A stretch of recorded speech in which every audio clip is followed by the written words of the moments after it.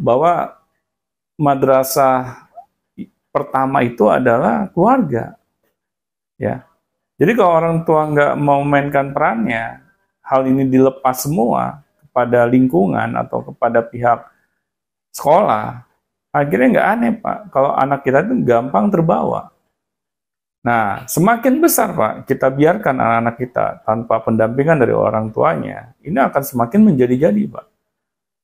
Yang saya takutkan, kita nanti dikejutkan Pak, sebagai orang tua, melihat anak kita ya tumbuh semakin besar badannya, kok semakin melambai gitu Pak. Nah, akhirnya kan orang tua biasanya hanya bisa marah-marah Pak, kalau hal ini sudah terjadi. Ya, bukannya kita introspeksi diri sebagai orang tua untuk mengaca diri kemana saja kita selama ini. Nah, seharusnya kan itu yang kita lakukan. Nah, tapi orang tua bisa nggak ya meredam emosinya ketika melihat anaknya seperti itu? Ya, kebanyakan sih nggak bisa, Pak. Nggak terima lah istilahnya. Iya. Jadi dia nggak terima. Wah, anak saya ini ada kasus Pak. Jadi saya pernah baca di kisah-kisah kriminal, bukan baca di YouTube. Jadi saya nonton kisah kriminal ini, kisah nyata. Ada yang di dalam negeri, yang di luar negeri. Itu anaknya sendiri akhirnya dibunuh Pak, karena dia homoseksual akhirnya. Bapaknya mantan tentara. Jadi yang udah pensiun gitu. Dia nggak terima anaknya pacaran sama laki-laki, bahkan tinggal satu atap di sebuah apartemen sama laki-laki. Wah, didatangin apartemen, anaknya ditembak Pak. Dia saking, ya mungkin nggak langsung Pak, jadi ada perdebatan, biasa debat, lu kamu ngapain sih tinggal sini? Mungkin karena dia nggak terima, kesel, anaknya bantah, ya ini kan hidup saya, bapak udah nggak usah ngatur-ngatur lagi ya. Memang kan anaknya udah gede Pak. Jadi ketika anaknya bilang ini hidup saya, bapak udah nggak bisa ngatur-ngatur lagi, ya ada benernya juga kan.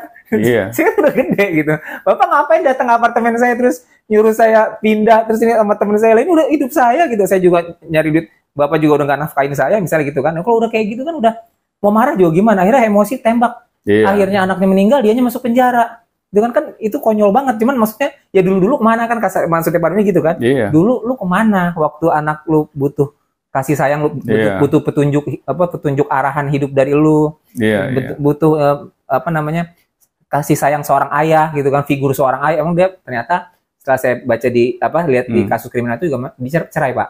Jadi dia bercerai. Nah, anaknya sama ibunya, ya mungkin jadi lebih kuat. Iya, nggak ada figur ayah, caranya dari masih kecil, masih ya umur SD. Nah, jadi besar sama ibu, tumbuh sama, tapi ibunya juga tidak pernah menganjurkan dia jadi begitu. Cuman kan maksud saya itu ya kan nggak ada orang tua yang mau menjerumuskan anaknya juga. Iya, ibu bukan gara-gara ibunya juga, kan ibunya juga udah bersusah payah menghidupi. Ibunya juga kerja kan Pak, harus cari nafkah. Jadi anaknya bergaul sama teman-temannya. Akhirnya bergaul lah sama itu tadi. Ketika kita ngomongin sosmed yang barudak gay tadi itu kan yang di sosmed, yang di dunia nyata ternyata ada juga klub-klub seperti itu. Ada Pak, malah di negara religius ini yang tadi saya bilang di awal, itu kadang mereka melakukannya diam-diam Pak. Yang diam-diam ini Pak yang bahaya sebenarnya. Kita sulit untuk mendeteksi.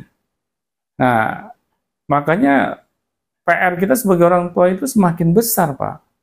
Kalau di Barat mungkin mereka bisa belak-belakan ya. Mereka merasa ini ada negara yang demokratis misalnya. Dan bebas. Jadinya kan orang tua di dunia barat ini melihat perilaku anaknya seperti itu, ya mungkin mereka hanya bisa ngelus-ngelus dada. Gitu. Pasrah ya. Yaudahlah. Tapi kan di negara religius kayak negara kita ini Pak, itu akan membuat emosi kita sebagai orang tua itu semakin menjadi-jadi Pak, melihat kejadian seperti ini. Ya. Nah ini maksud saya, kalau kita tahu gitu Pak ya, bahwa saat ini sosial media itu nggak bisa Pak kita redam ya pengaruhnya, maka kita sebagai orang tua itu harus lebih mau Pak memiliki effort gitu, untuk mendampingi tumbuh kembang anak-anak kita. Karena kalau kita nggak mau, kita pikir dengan uang saja sudah cukup ya memberikan perhatian kepada anak, itu udah salah besar Pak. Karena semakin anak Pak ya berada di zona nyaman Pak ya, semua kebutuhannya terpenuhi, semua keinginannya terpenuhi, tetapi mereka kurang adanya kasih sayang yang orang tuanya berikan kepada mereka, ini Pak yang akan menjadi penyulut bagi mereka untuk melakukan tindakan-tindakan asusila. Nah, ini yang kadang orang tua itu nggak sadar. Nah, makanya Pak, dengan podcast kita kali ini sebenarnya kita ingin kasih warning kepada para orang tua yang sok sibuk. Ya, ya siapa sih yang nggak punya pekerjaan? Kecuali orang tuanya pengangguran. Ya, Atau WFH terus gitu ya. ya setidak-tidaknya Pak, orang pengangguran saya itu malah lebih baik Pak, ada di rumah, bisa memantau anak-anaknya. Nah, tetapi orang yang bekerja, yang nggak pernah ada di rumah, ini yang lebih bahaya Pak, kalau dua-duanya ibu dan bapak bekerja. Makanya saya nggak pernah menyarankan Pak, seorang ibu itu bekerja. Saya malah menganjurkan seorang ibu itu berada di rumah. Ya, ya kita jangan inilah merasa bahwa karir istri gue ini kan, lagi hebat-hebatnya nih, sayang nih kalau gue rem.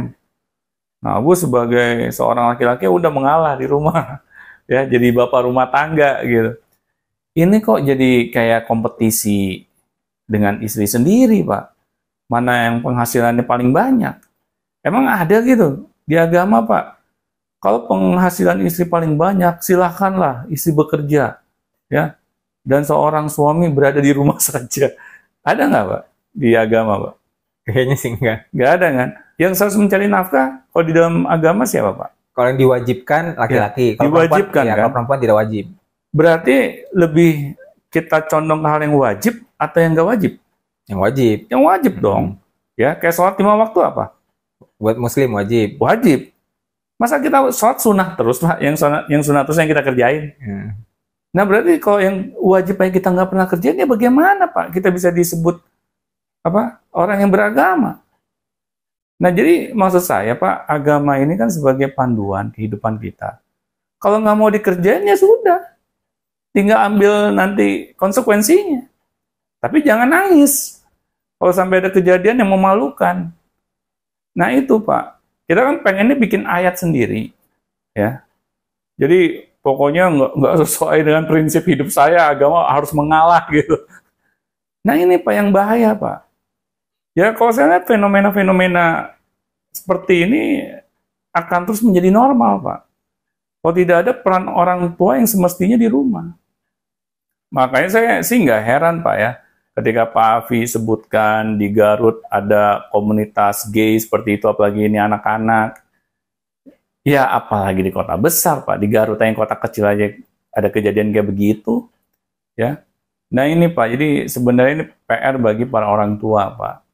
Agar kita tuh menyadari peran kita sebagai orang tua itu ya harus mendidik anak-anak kita, terutama pendidikan akhlaknya.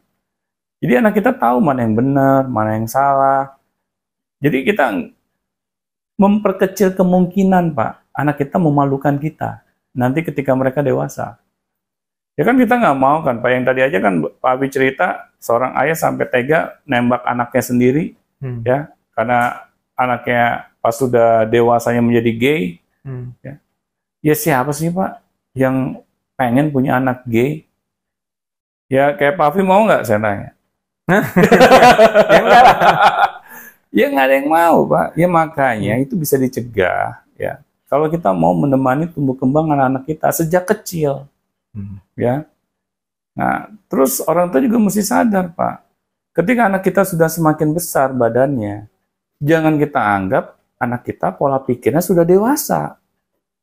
Itu salah juga Pak. Ada anak nih, badannya sudah besar, dilepas Pak. Orang tuanya menganggap akan istilahnya, ya dia kan sudah dewasa, ntar bisa tahu mana yang benar mana yang salah. Gitu. Tadi juga berubah. Gitu. Anak-anaknya itu akan tahu benar yang salah dengan sendirinya. Sulit Pak terjadi Pak. Nah disinilah orang tua itu harus terus mau Pak mendampingi anak-anaknya. Bahkan sampai anak-anak kita itu berumah tangga Pak. Bukan berarti kita ikut campur urusan rumah tangga anak-anak kita ya. Nah, tetapi ketika anak kita menghadapi masalah, yang dicari terlebih dahulu itu orang tuanya. Jadi enak kan Pak kalau anak itu punya masalah curhatnya ke orang tuanya. Daripada curhatnya ke temennya, terus temennya gay lagi. Siap-siap ya, siap-siap. Ya. Wah ini makanan nih, yam-yam. Kan nggak mau Pak kalau kayak gitu kan. Nah, hati-hati Pak Afi. Ya. Jangan sembarang curhat Pak. Paling saya bikin grup aja Pak. Grup anti gay. Oke. Ada lagi Pak Afi yang ini Mas? Oke, Sobat Beyond Education, semoga dari apa yang kita perbincangkan dari awal hingga akhir, teman-teman semua, khususnya para orang tua ya, yang memiliki anak, sadar bahwa peran kita itu ditunggu loh oleh anak-anak kita. Jangan sampai kita merasa bahwa kita nih sebagai orang tua itu tugasnya hanya mencari nafkah doang, ya, hanya mencari duit doang. Nah, kalau sampai pola pikir kita seperti itu, nah, siap-siap saja ya, Anda akan mendapatkan konsekuensinya. Mungkin itu saja. Assalamualaikum warahmatullahi wabarakatuh.